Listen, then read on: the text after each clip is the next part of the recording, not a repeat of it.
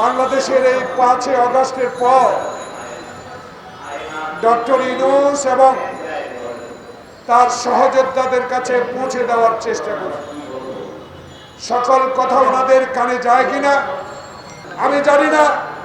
শেখ হাসিনা বাংলাদেশে কি চেয়েছিল, যা তিনি আশা করেছিলেন সেটা উনি করতে পারেন নাই। শেষ পর্যন্ত তাকে জনরোষে বিদায় নিতে বাধ্য হয়েছে। প্রিয় বন্ধুগণ, আমাদের পাশেই গতকালকে সচিবালয়ে আগুন লেগেছে। এই সচিবালয় হলো বাংলাদেশের 16 কোটি মানুষের সকল গোপনীয় থেকে শুরু করে মানুষের আশা আকাঙ্ক্ষার সব দলিল পত্র এই সচিবালয়ে থাকে। কি করে?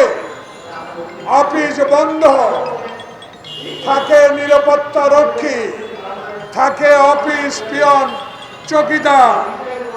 আমি আজকে জানতে চাই স্বরাষ্ট্র উপদেষ্টার কাছে, আপনাকে তো মুগ্ধের রক্তের বিনিময়ে, খোকনের রক্তের বিনিময়ে সচিবালয়ে যেই পতাকার জন্য খালি পায়ে যুদ্ধ করে দেশ স্বাধীন করেছি, সেই স্বাধীন দেশের পতাকা আপনাকে আপনার গাড়িতে দেওয়ার ব্যবস্থা করেছে খোকন মুগ্ধের রক্তে। আমি বুঝতে পারি না, ওবায়দুল কাদের সম্বন্ধে বলা হলো কি করে দেশ ছাড়লো উনি জানতে চায়, হাইকোর্ট জানতে চায়। আজকে আমরাও এই সভা থেকে আপনাদের মাধ্যমে স্বরাষ্ট্র উপদেষ্টার কাছে আজকের মধ্যেই জানতে চাই, এখনো কেন যারা আগুনের সাথে সম্পৃক্ত তাদেরকে গ্রেপ্তারের আইনের আওতায় আনা হলো না। এই 4 মাস অতিবাহিত হলো, এখনো শেখ হাসিনার দোসরেরা কি করে সচিবালয়ে বিভিন্ন মন্ত্রণালয়ে চাকরি করে। যারা আমাকে আয়না ঘরে নিয়েছে,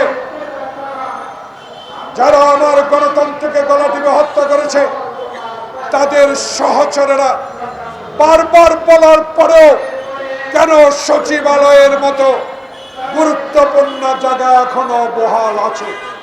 এখনো ষড়যন্ত্রকারীরা থাকবে, এখনো ষড়যন্ত্রের জাল বিস্তার করবে, এখনো সচিবালয়ে আগুন লাগিয়ে দিবে, এখনো গণতন্ত্র হত্যাকারী শেখ হাসিনাকে আবার ক্ষমতা আনার ষড়যন্ত্র করবে। এটা কোনোদিনও আমরা মেনে নেব না। তাই বন্ধুরা আমার, আজকে তাই এই সরকারকে চোখে আঙ্গুল দিয়ে দেখিয়ে দিতে চাই, শেখ মুজিব যেমন বলেছিল আমার ডানে চোর বামে চোর, রাত্রে শুতে গেল চোর, ডক্টর ইউনূস বাংলাদেশের সর্বশ্রেষ্ঠ, আপনি উপহার পাওয়ার লোক, আপনি বিশ্বের কাছে একজন নন্দিত লোক, কিন্তু 4 মাসও মানুষ আপনাকে বিশ্বাস করে।